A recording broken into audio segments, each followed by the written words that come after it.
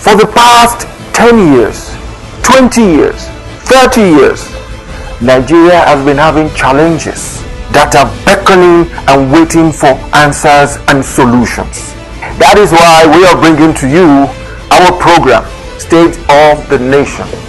And this is going to come up on our flagship program this morning on ITV.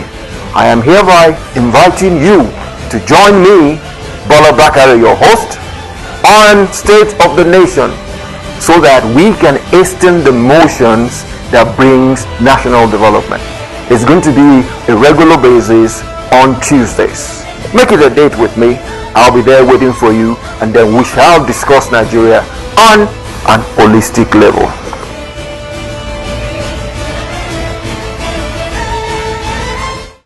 Welcome back to our lofty program, State of the Nation, where we hasten the motions for national development. And when we talk national development, you're part of it too. You're a big part of it. This morning, we shall dwell on the element of political parties and the followership. You heard me right. There are political parties, and you, being part of the electorate, you are the follower. You are the follower in that you have your own chosen party, you have your own chosen candidate, for which you will do anything and everything. But what we say, what we are telling you now is the only thing you can do is to exercise that your franchise of one man, one vote for whoever you believe in, whoever your candidate is. But there are a lot of parameters, there are a lot of brass tacks in this relationship between political parties and the followership. And that is what we are going to really go in depth and deal with it and give you insights that can form your own opinion. Little wonder I have with me in the studio my brother Ali M. Ali, who is going to make sure that we get the best gist from political parties and the followers. My brother, you're welcome to the program. Thank you, Bola, for having me again. Good morning, viewers. It's good to be back to... All right. Normally, I can't let you go. So that's the thing. That's the thing. Like I said in my opening, we're x-raying the basis for political party followership. We're talking about two ends now, two divides. The political parties in themselves and the followership. And honestly, it becomes a case of the hen and the egg. Which comes first? Which comes first? Yeah, exactly. Well, I think when you say political parties, I think perhaps let's even begin by what do we understand our political parties. To what is a political party, for example? Who forms political party? Now you were saying about followership. Yes, and then again to make reference to what you say, which comes first? Is it the leadership or the followership? Egg and chicken, which comes first? But you see, when you talk about political parties, my own pedestrian, I'm not a political scientist, but I can tell you as a reporter who has covered politics for years. Of course. You understand, but my own layman understanding is that political parties normally is formed, or a political party is a group of people. Of course, yes. Maybe of the same, if you like, ilk. That's right. You know, having, maybe the same worldview coming together. It starts out like a club or a gathering or whatever. It may be like that, yes. If you look at the history of Nigeria the evolution of Nigeria political parties, especially pre-independent, most of them started as clubs. That's right. Of young people. Friends, you know, and then coming together. Like minds, yeah, exactly.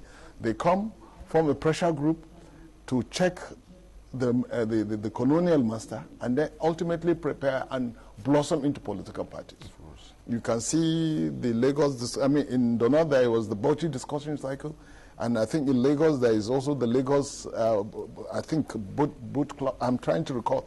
It's so long ago history. That's right. But there are a lot of clubs, so gradually they metamorphose into political parties. But most political parties, especially in pre-independent Nigeria, started as organic, small, like minds coming together of informed citizens, not ordinary citizens, informed, coming together Articulate human beings. Yes, and then identify. And most of these people, they have common vision, common goal. You understand? So they come together, and then they form association, later on blossom into political parties. Little wonder they were able to gain our independence. Exactly. And because at the time, if you're going back to history, you realize that most of them, because they have common goals, and that's the essence of political parties, the group of people sharing the same worldview, having similar understanding about the economy, about international relations, coming together. And then there is something that binds them together, an underlying philosophy, if you like. Something like a magnet that binds them together. That's right. Maybe we'll say ideology, for example. That's right. You find out that people, they are in more advanced democracies. Like, for example, now, in the United States, there are people by their disposition, by their attitude, their worldview. You say, yeah, this one is a Republican. This one is a Republican. Oh, don't mind this Republican. And then look at the underlying philosophy. Look at the Republicans, even in contemporary times. Look at the haughty, arrogant disposition of a Trump. And then look at the meekness of a Biden. But then look at their international relations. You say Trump, remarkably different from, and then look at all the wars conducted by, executed, or still being pursued by America. You find out it's under the Democrats. And strangely, the Democrats, they're a little bit to the left. And the meek ones. They are the meek ones on the surface. But in conduct, you find out they're very combative. They've not just combative, they are direct and then straight to the point. Exactly. If we say we're going to get this done, let us get it done. And you see, and then here, like, for example, the Republicans, they say, oh, the Republicans, they are more often, they believe in the capital. What I mean, the capital. They are capitalists. They are capitalists. More capitalists than the Democrats. Exactly. That's what it would appear. But then you see, they realize that, yes, they may be capitalists. They may want to protect capital.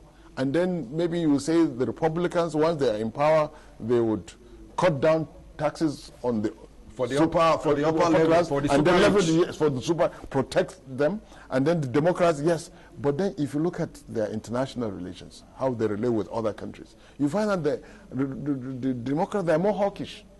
They are more, they are the hawks. Unlike the Republicans, they are the doves.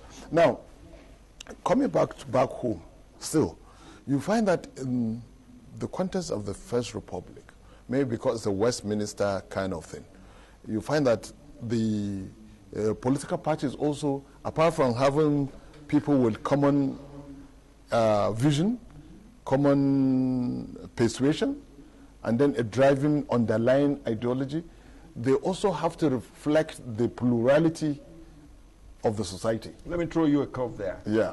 Do you think our political parties, after independence, do you think they have that drive? Do they have that ideology? Ideology transmits into manifestos. Do they have manifestos at all? Because I want you to factor in one thing. Because there is no ideology, there is no manifesto, which is the paper aspect of it. That's why it's easy for them to jump ship. Today they jump ship, today they jump ship tomorrow. Like we were running inference to America. You seldom see a Republican jumping into with the Democrats. You seldom see Democrats jumping ship. They seldom do. But out here, overnight, you're a presidential candidate in this party. And the next day, you are in another party, you are a presidential candidate.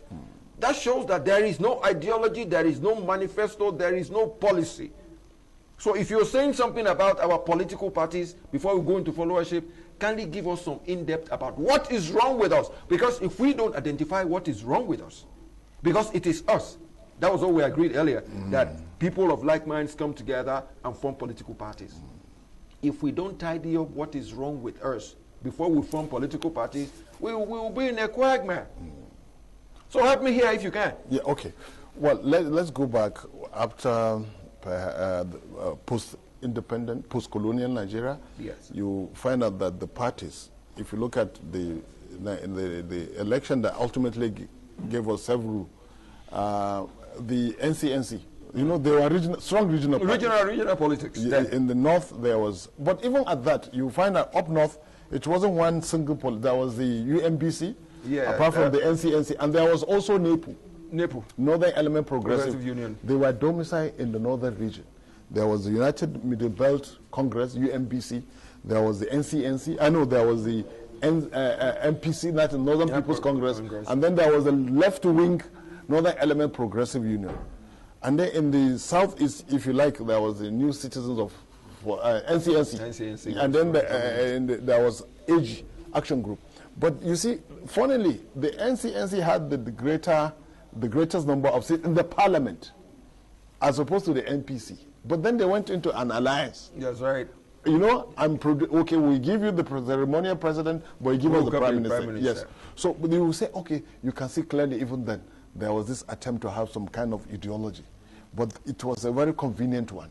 Each one of them, because it was loose federation. It was more regional. And exactly. Even the ideologies were regional ideologies. Yeah, regional ideologies, exactly.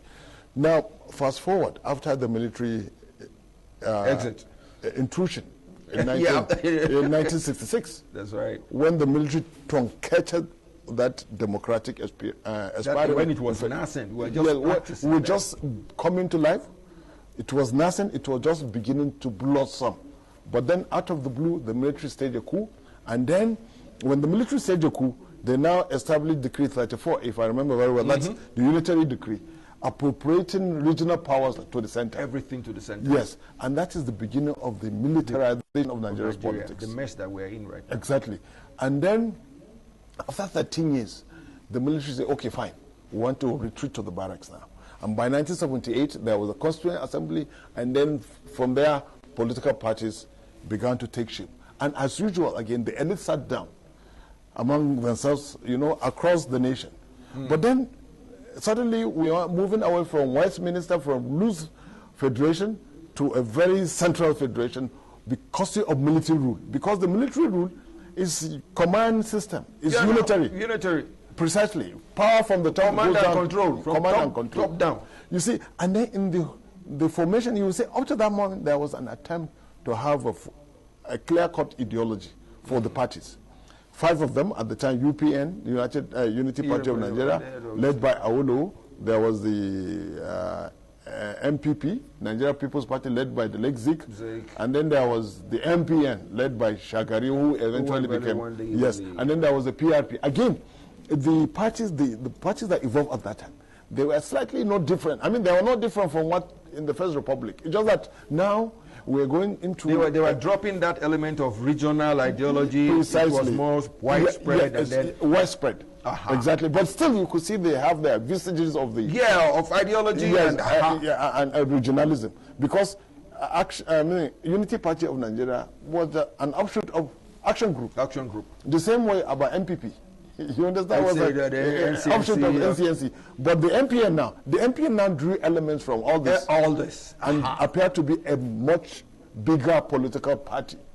Now, with all this now, still, you will say, you will find out that maybe the military at that time was a little bit more sincere in retreating to the barracks. It did not, as far as you could tell, unless there are some things that happened backstage. Underlying factors that we don't exactly. Know. The military did not...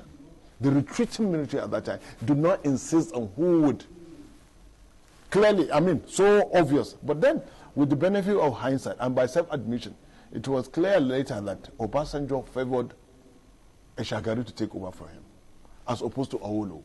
But even at that time, the UPN did not have sufficient structure. Remember the two-third of 19 magic? They went to court and they are killing. Yeah, exactly. You can't find two-thirds of a human being. So, but after then, by 1983, when the military staged the comeback, and that's when we completely lost it. Even now talking about ideology, you realize that the MPN, some elements actually who could not have their political ambition accommodated in the MPN, broke away from the PRP.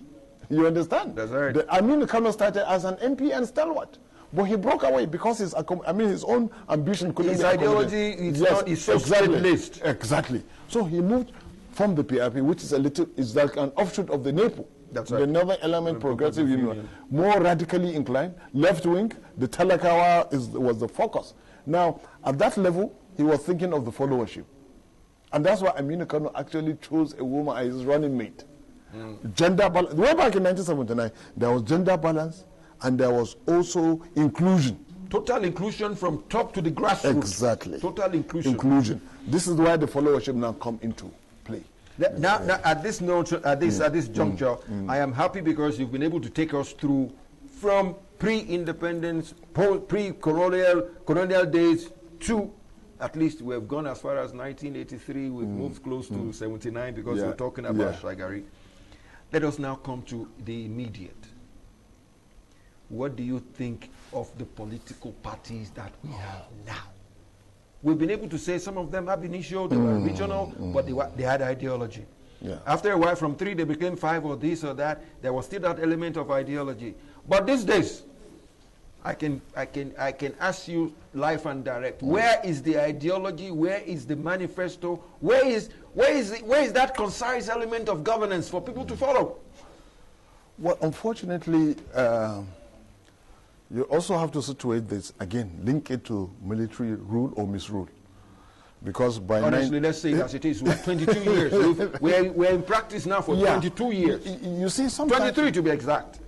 Sometimes, just like when they say in Nigeria, the amalgamation of 1914 was a mistake, and that it's a nation doomed to fail. I mean, because of the very obvious, dissimilar. But then you see elsewhere, I mean, there is no empire, even in ancient times, that did not have multi-ethnic. Multi-ethnic. Even multi-religious. Of course. You understand? As far as modern history could recall, the two major religions, they've been there in existence. Christianity for over 2,000 years. That's right. You understand? Islam maybe close to 1,500 years, 1,500 years, or thereabout. Now, that is after even the Hijrah. Now, so what we're talking about here is that, where is the ideology? Present. So you have to also look, that answer could be found in the nature of the evolution of, especially from the ill-fated Third Republic, when the military now, the government decided to fund political parties. That was by Babangida administration. Maradona himself. Yes. You see, like I said, for a political party to be strong, to have, to control its followership, and even its leadership, it has to be strong, ideologically driven, and then people by men who share the same vision, it has to be organized. Of course. That is organized. There is board of trustees, there is the NWC, then there is the zonal committee, everything down to the ward and zones. Yes. But as it were now, most political parties, except for the big ones, and even the big ones, you see that they've been personalized. The funding itself, they've been personalized. And that's why it's possible that because somewhere there is one big godfather now who funds it, who channels his resources, he controls who gets what. The pace and hand. Exactly. If I recall, if you remember, let me take you slightly back. In the days of Sani Abacha, the transition of Sani Abacha, after the SDP NRC experiment collapsed, there were 5 political parties. There was the DPN, Democratic People's Party. There was the UNCP, United Nigeria Congress. There was the GDM, Grassroots Democratic Party. There was about 5 of them. I remember Bola Ige was asked, and most of them have similar, in fact, it's literally copy and paste manifesto. And I remember at the time when Bola Ige was asked, he said his approach to it was sit down, look. He wasn't going to be part of it. He said, he described those 5 political parties who are the 5 fingers of a leprous hand. 5 fingers. And then he said you were going to sit down, look. And then he was not going to participate because they all were the same. But you see, the funny thing about it all is that by 1999, when the military again was retreating, Bola Ige actually authored the manifesto of All People's Party. And then when he couldn't have his own, perhaps he couldn't get along with some of the elements, he went and they formed AD. The same manifesto of APP was copied and pasted there. Exactly. So you could see that because of the evolution, the nature of the evolution of this political party, they lack that ideology and even manifesto. the leadership is not critical in thought. Now, before you continue on, Yes. before I throw my next question at Yes. you, let us take a commercial and let us make some money. Welcome back. Before we went on that commercial break, my dear brother here was trying to lay it across to us what the political parties were like. And from what I asked of him, we've been able to come through pre-independence to post-independence, and now we're talking in terms of maybe lately, which is a question that I asked him. What are we going to do? What are the political parties not doing? For which he said, we've been copying and pasting manifestos. In other words, those words don't matter to anybody. Even to the political parties themselves, it doesn't matter to them. Because it was written by somebody in another party, and all they did was to just bring it in, alter a few words, which is just grammatical, not ideology, just grammatical, to make it look different. That was all that they did. Little wonder we have the kind of mess we have on our hands where they jump ship today, jump ship tomorrow. My brother, I'll come back to you and I'll repeat my question that I asked you earlier. What do we do about the political parties that we have these days that are not ideology based? well, it's just like asking, what do we do with the Nigerians? I mean, the Nigerian state at the present. We can ask ourselves that question so that we can find solutions for it. You see, at this juncture, because you see, these political parties actually, they are mere platforms. And that's why they have no difference, no distinction between APC, A, B, C, D, or D. And then, in fact, look at it. Nigerians make allusion to that the present leadership of the APC at the party level is actually of elements from the PDP. And that the present leadership of the PDP is people by elements previously in the APC. Well, don't forget the fact that it was legacy parties. So 5 or 6 parties came together to form the APC. So basically, that element of I am coming from here, I am coming from there, it's part of what is coming together. It's self-evident. The thing is, where is the ideology that drives political parties? Because they are lacking. They are lacking.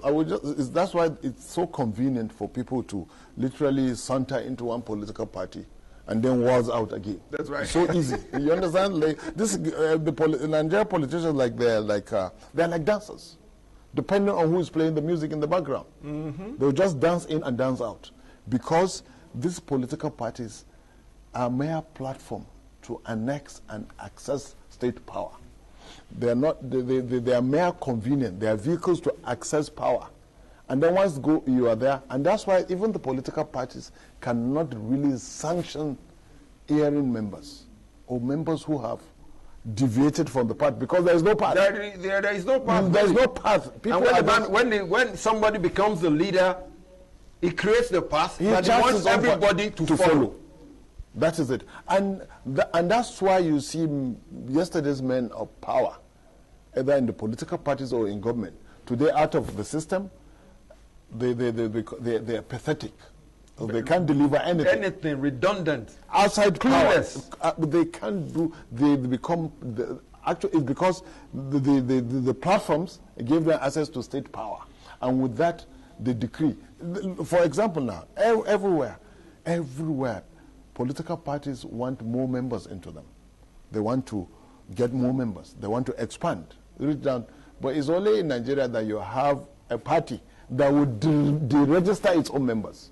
In 2007, if you know, 2006, the PDP woke up one day and said it was registering new members. And suddenly, the vice president, who was at loggerheads with the president then, Atiku, who was at loggerheads with Obasanjo, was deregistered in his ward. He couldn't get a registration. And I mean, how the same happened to Oshomole before it was removed as chairman of the party. There you are. Because how the asset is someone, like I said, there is a big godfather somewhere who personalizes, he funds the parties. But coming back to how even these legacy parties came, if you look at them, because they come from different backgrounds. Diverse backgrounds. Diverse background. Well, ordinarily, they should have remained in where they are. In the United States, there are smaller parties. It's only that there is the Green Party, for example. The independence. You understand? And then there is also in the Constitution provision for an independent candidate. But you see, when people romanticize independent candidates, you need a party structure to work.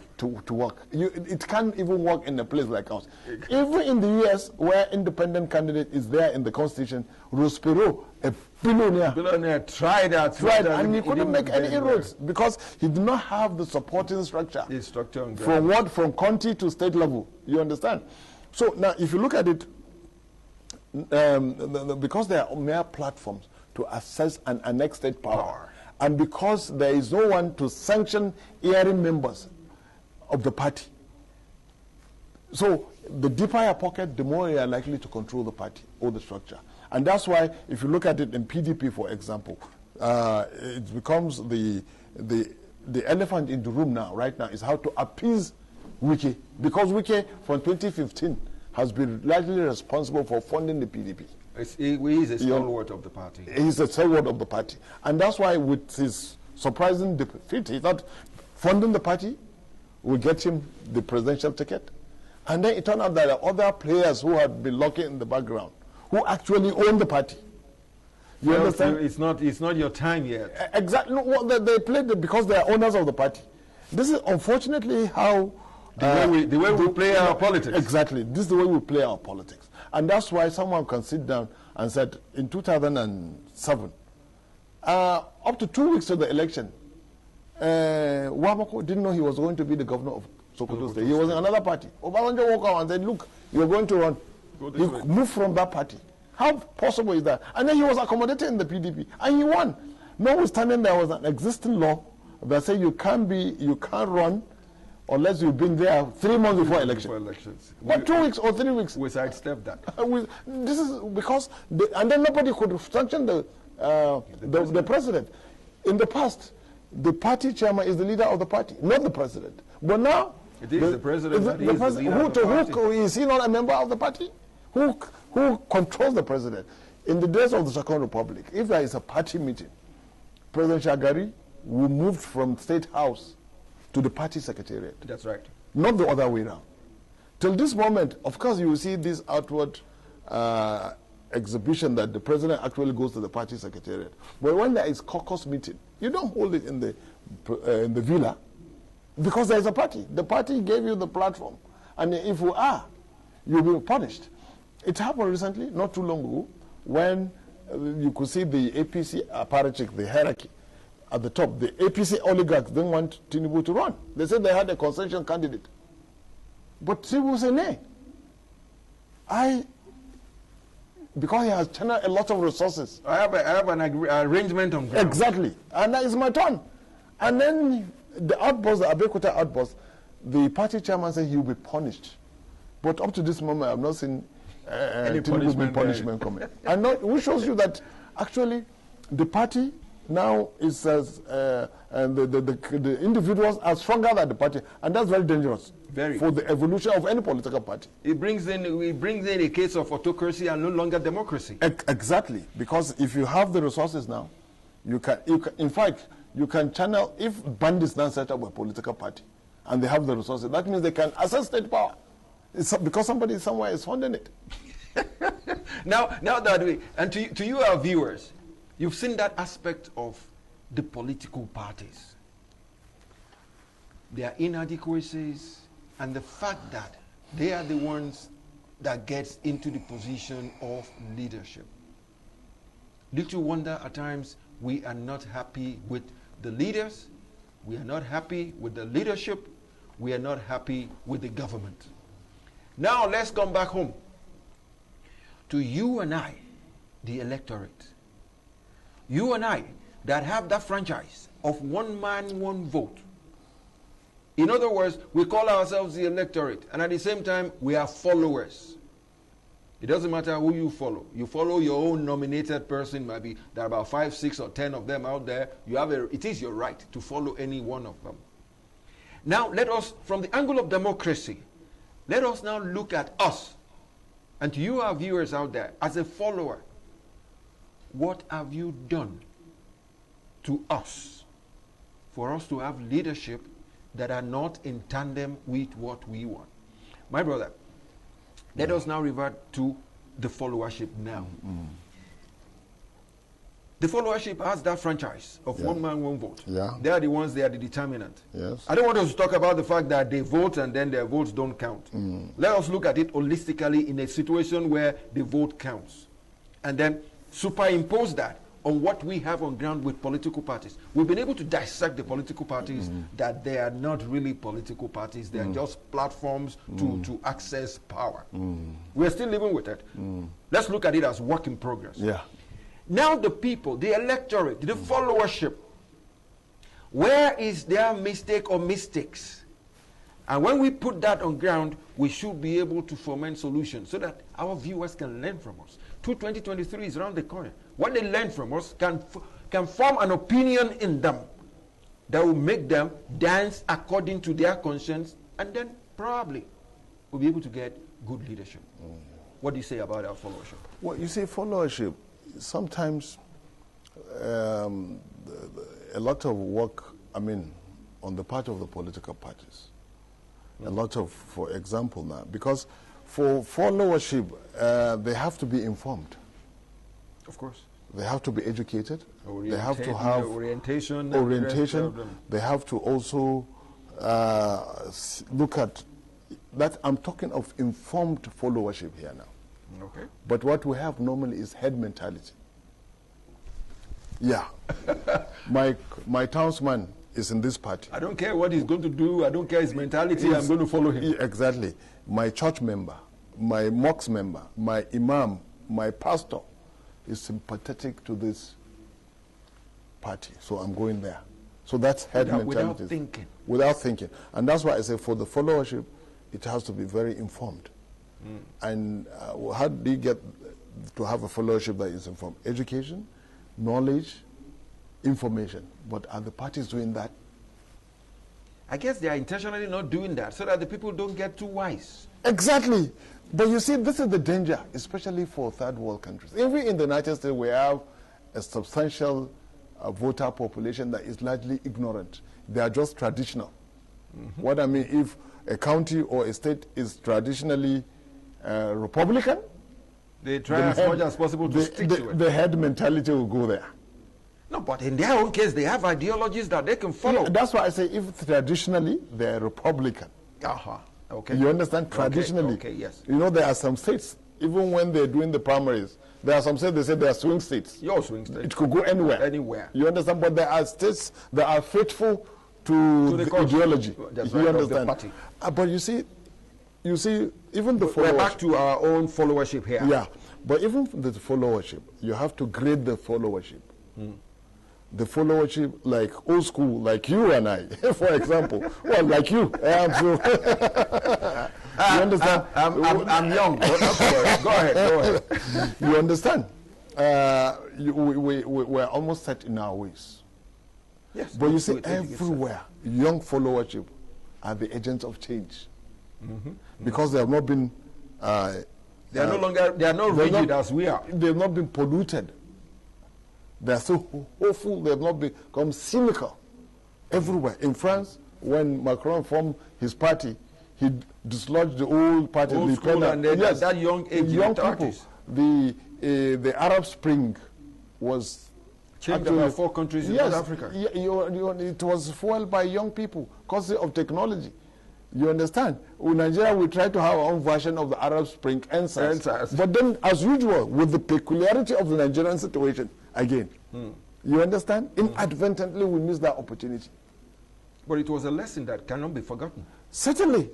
But you see, the only thing most people remember is how it disrupted their means of livelihood in some parts of the country. Which was a lame excuse. Yeah, well, rather than listening to the demands of the people. Exactly, and then you could see the attempt by both sides, opponents of the government and the government itself, using the violence of means to disrupt that process. Because for once, young people, and look at those who actually, they were young people. Totally young. Totally, people probably under 30. Of course. They have the energy, and the nation belongs to those people, young people. Because they are all leaders of tomorrow. Exactly. So, it has to be informed. It has to be knowledgeable. Informed followership? Yes, informed followership. And this is why the political party, unfortunately, they are not doing the thing they should be doing. They don't want the people informed. If they are informed, they won't vote And for them. ultimately, you look at the oligarchs, those who own the political parties. Because there are people that say they are owners of Nigeria now. And then they are owners of the political parties. And vis-a-vis, they become owners of government. And ultimately, they become owners of government. We can just learn that lesson twice now. In 2019, he was taught that lesson. Recently, he was taught that lesson. In the PDP, that is. In the APC, again, we could see there are also people who are still, they think they own the party. The party. Yes. So, followership is important. You see, but you see, even when it comes to finally, when the pushing finally comes to show, that is down to election again. You see, election, more often than not, you understand. If you take, for example, just the voter, you think the voter is powerful. Yes, he is. But is somebody more powerful is the one who counts the vote. Of course. And we've seen that happening. But it's getting better these days. No, we are getting there. One of the things perhaps this government is going to bequeath Nigeria is a better electoral law. And we've seen what happened. The Electoral Act 2022 is one of the finest pieces of legislation this government is bequeathing. And it was done inadvertently. That's right. It was, and this back and forth between and this is why I say prayer works. Prayer works. It was only prayer that actually got us to how even the promoters and those who enacted the law actually shot themselves in the foot. That's why they were trying the reversal. Exactly, but by then it was too late. And that's why some of them disenfranchised themselves from voting in the primaries. That's right. You understand? I do. All these Nigerians are enjoying it too. Nigerians are better off. Exactly. And that's why the Electoral Act has caught people who try to play clever by half. You want to run for the president, and at the same time you are interested in remaining as governor, or you want to go to Senate. And suddenly they are neither here nor there. And some elements are already caught, including the Senate president, which is left to interpretation. Interpretation of the law courts. Precisely. But for all indications, it will amount to become a person through the eye of the needle if they manage to get their nomination as submitted by the parties. Because by law, you can't run in two primaries in the same election year. That's right. You can't run. You can't run for president and then run for Senate. It's not possible, according to the Electoral Act. Yeah. So you see, and then look at also the transmission, the beamers, and then electronic transmission. These are all, if you like... it is an improvement. Yes, remarkable improvement. Because we've been able to see it through 4 upcoming elections. Exactly. So I will say democracy is a process. It's self-correcting. But the thing is that after 22 years, we see the increasing degradation and of the political parties, and how people waltz in and out of political parties because of their individual ambition. Yes, then you know that politicians will go to any land in Africa. Because first, having access to state power means an open El Dorado for you to amass, because most African leaders don't make the distinction between the state and themselves. They think they are the state, and the state is them. And that's why we've seen it happen with impunity. And then because of the culture of militarization of Nigerian politics. And that's why, even the monetization. And that's why under the elder Eradua, the Shehu Eradua, I remember his late General Shehu Eradua, his underlying commandment is that, look, if you are running with me, make sure you win. Let them go to court. Don't go to court. And that is militarization. You are militarizing that. You can't fault the mentality, because if you're a good professional, you behave according to your profession. Yeah, but you say politics is a game of give and take. Yeah, you understand? You negotiate. Negotiation. You understand? It's not by force. And that's why you say, okay, the governor, that's why governors, because they control the delegates, they are like tin-footed gods. We've seen what happened in 2019. One senator in Kaduna fell out with the governor, and the governor made sure that he never came back. Exactly, and it has happened elsewhere. And that's why Tinubu has remained relevant in Southwest, and especially Lagos, over the years, because they say he controls the politics. You can run government, but politics, let me control it. It doesn't happen anywhere like that. Okay, okay. Let us still lay some good emphasis, because most of our viewers out there are in the class of followership. Yes. Or to give it a better word, the electorate. Yes. You said one thing, that they need to be better educated and educated and informed. Informed. Good. You understand? But the thing is, don't forget one thing. Most of them Mm. are not educated, and there is nothing we can do about that in the immediate. But the basic brass tacks of politicking is well understood by anybody who is not an animal. So basically, I can say categorically that even the man who is totally an illiterate understands the shenanigans of politics. He knows it is a game of numbers. He knows that if 10 of us should queue here, Mr. A is going to win.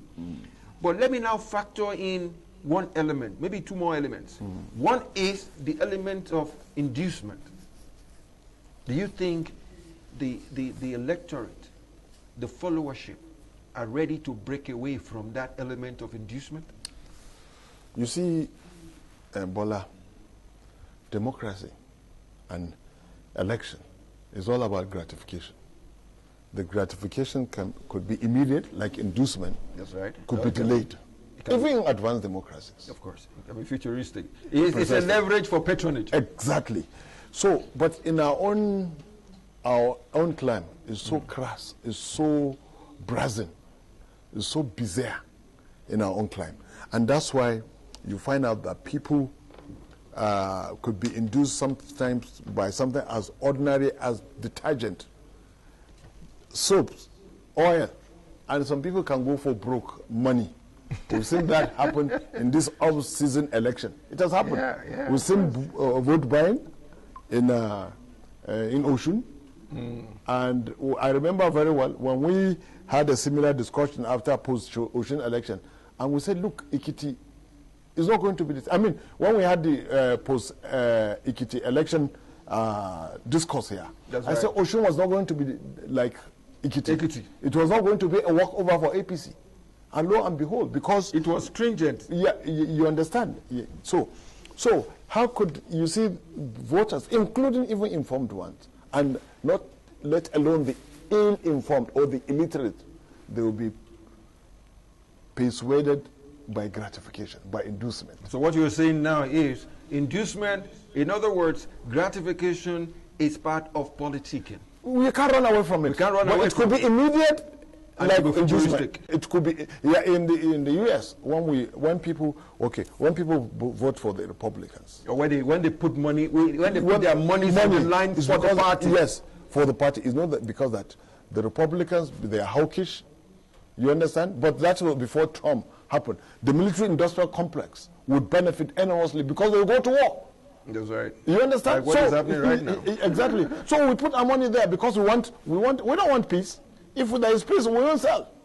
It's just like the man who makes casket, he hopes people die. Of course. You understand? Otherwise, you go out of business. You understand? So, morbid as it were, but that is the stark reality. That's right. So, but in Nigeria, we want immediate gratification, immediate inducement. That is what makes it bad. Yes. You are not looking for a leverage. No, you are not looking for someone for patronage. You are not looking for someone who would upgrade their healthcare facilities. You are not looking for someone who will build roads and infrastructure. You look for somebody that will give them the money there and then. To have little. Exactly. And to go and drink Frada Nono or whatever. Drink. You understand? So this is the danger. What do you think? You see, because as is, we've been able to look at all the parameters of the problem. Yes. What do you think we can foment? What kind of education do you think we can give to the people, our viewers, our electorate back at home, that will give them a change of heart? We're on the threshold of 2023. Let's start teaching them different.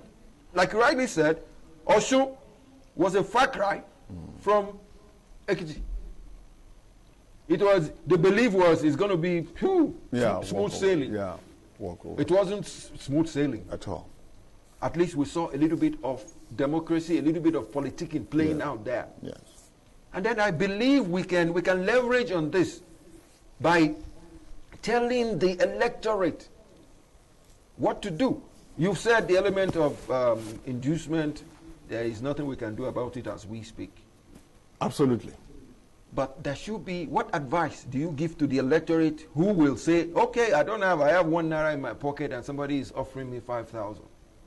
If you think about the kids back at home, it will take that 5,000. Absolutely. So what do you want to say to a man like that? You see, the thing is, if you take someone who offers you money or any form of inducement, take it. I have listened to some men of God from the pulpit said, look, take it, but follow your conscience. Follow your conscience. After all, the money could probably from your state resources pillage, especially for those who are already in office, seeking to renew their mandate. Probably is money meant for roads construction in your community constituency project, they diverted. And then they are doling it out. And they are doling in piecemeal to you. So you take it, but then look at someone who you think would serve you better, who you know empathizes with your condition, he lives with you. More often than not, the moment someone is voted into office, depending on what office they are occupying. Local government chairman, they are closest to the people, to the grassroots, but more often than not, they are rarely in the secretariat. They operate outside. Let me throw a curve into what you just said now. We just said, okay, take the money and vote your conscience.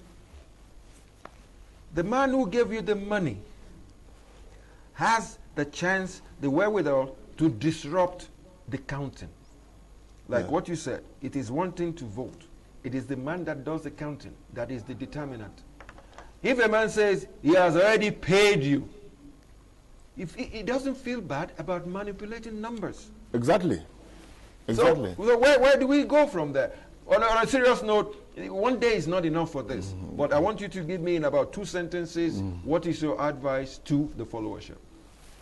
Well, the followership should always, they have a basis. They know those who are aspiring to lead them, especially at the macro level, micro level, local government level. Forget, people worry about the president or the governor. No, worry about your councillor. That's where government starts from. Precisely, worry about subject them to rigorous scrutiny. That's what, scrutinize them. Don't forget about the president. He's far away. He's insulated by a lot of protocol. He's protected. Even the governor. Now, you have your councillor, you have your local government chairman. You look at them. Thank you. You know them. Thank you very much, my brother. Time is not on our side. And I'll tell you one thing. The moment there's a demand for your person, we will gladly bring you back here. I'd like to say one big thank you for honoring the invite. Thank you, Bola. And to you, our viewers back at home, you've been able to learn the tax of what you can do for a better leadership, for a better government. There is only one thing I can tell you. You have just one franchise. That is your fighting franchise. One man, one vote. Use it well. We're on the threshold of 2023. Make sure we bring in a leader that is going to be a servant leader that is going to make Nigeria a better place. On this note, I would like to say thank you to you for being there. And I will say once more, thank you to you, my brother. Thank you for having me.